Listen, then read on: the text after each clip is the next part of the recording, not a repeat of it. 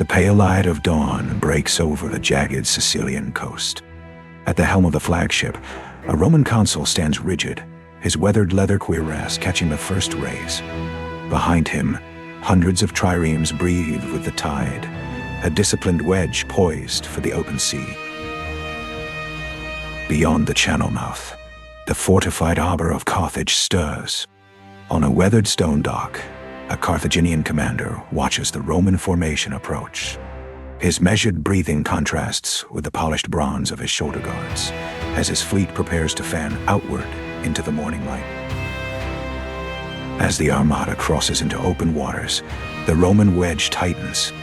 At its center, a trireme captain grips the heavy steering oar, his polished bronze helmet reflecting the rising sun. Marines hold their positions along the gunwales, shields locked, as the wind ripples heavy canvas. On the western approach, the Carthaginian wings begin their maneuver. A wing commander stands on his quarterdeck, a heavy bronze horn in hand. Sunlight fractures across the water as his triremes adjust their angles, synchronized oars dipping in a rhythmic, deliberate advance toward the Roman vanguard. At the open water intersection, tension coils along the Roman decks. A marine grips a heavy boarding axe at the prow, his gaze locked on the nearest enemy hull.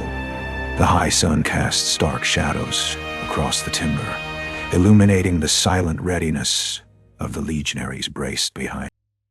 The midday heat settles over the forward decks as engineering marvels take center stage. An engineer monitors the structural tension of a massive wooden ramp, his calloused hands resting on a heavy pivot pin. Legionaries brace along the gunwales, spears angled downward, imperfect, lethal. On the starboard flank, a Carthaginian admiral tracks the descending Roman mechanisms from a raised platform. His dark wool cloak drapes over broad shoulders as he scans the approaching fleet.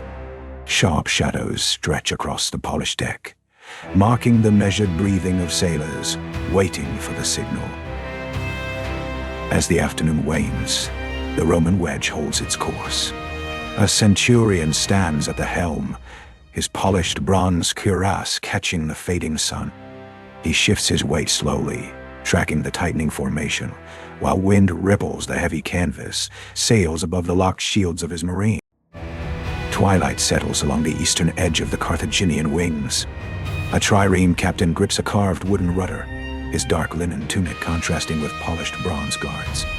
He watches the Roman formation tighten as his crew adjusts angles, synchronized oars cutting through the gathering atmosphere. Deepening dusk blankets the Roman flagship.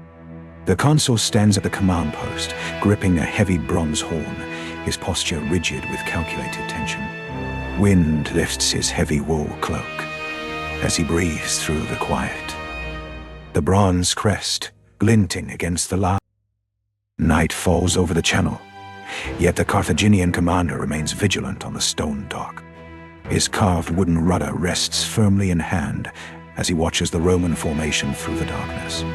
Moonlight reflects off polished bronze while his warships push through the arched harbor gates. Before the next dawn breaks, the Roman wedge cuts through pre-dawn waters. The captain at the center grips his steering oar, scanning the flanking darkness. Marines hold their positions along the gunwales, shields locked, as wind ripples the heavy canvas sails in silent and morning heat returns to the western approach as the Carthaginian wings reposition. The wing commander raises his bronze horn, scanning the tightening Roman wedge. Sunlight fractures across the surface while his triremes adjust their angles, synchronized oars dipping in a rhythmic. At the open water intersection, the late morning sun hangs high. A marine grips his heavy boarding axe at the prow, scanning the approaching Carthaginian hulls. The stark chiaroscuro across the deck highlights the tense stillness of the legionaries, braced along the gunwales. Early afternoon light washes over the forward decks as the engineer monitors the massive wooden ramp. His calloused hands rest on the heavy pivot pin, eyes fixed on the descending mechanism. Legionaries brace along the gunwales, spears angled downward in perfect, disciplined alignment. On the starboard flank, the Carthaginian admiral tracks the Roman advance from his raised platform. His dark wool cloak drapes over broad shoulders as he scans the descending ramps. Sharp cinematic shadows stretch across the polished deck, marking the measured breathing of waiting sailors. Late afternoon shadows lengthen across the center wedge. The centurion stands at the helm, his polished bronze cuirass catching the fading sun. He shifts his weight slowly, tracking the tightening formation while wind ripples the heavy canvas sails above the locked shields of his marines.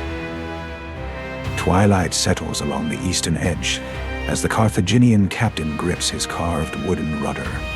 His dark linen tunic contrasts with polished bronze guards while he watches the Roman formation tighten. Sunlight fractures across the water, casting long shadows over the approaching fleet. Deepening dusk blankets the Roman flagship once more. The consul stands at the command post, gripping a heavy bronze horn, his posture rigid with calculated tension. Wind lifts his heavy wool cloak as he breathes through the quiet. The bronze crest gleams. In the quiet aftermath, a Roman historian stands on a weathered stone pier. His dark linen tunic contrasts with polished bronze guards as he watches the calm waters. Behind him, ancient warships rest in the harbor, their curved prows slicing through the still Mediterranean Sea.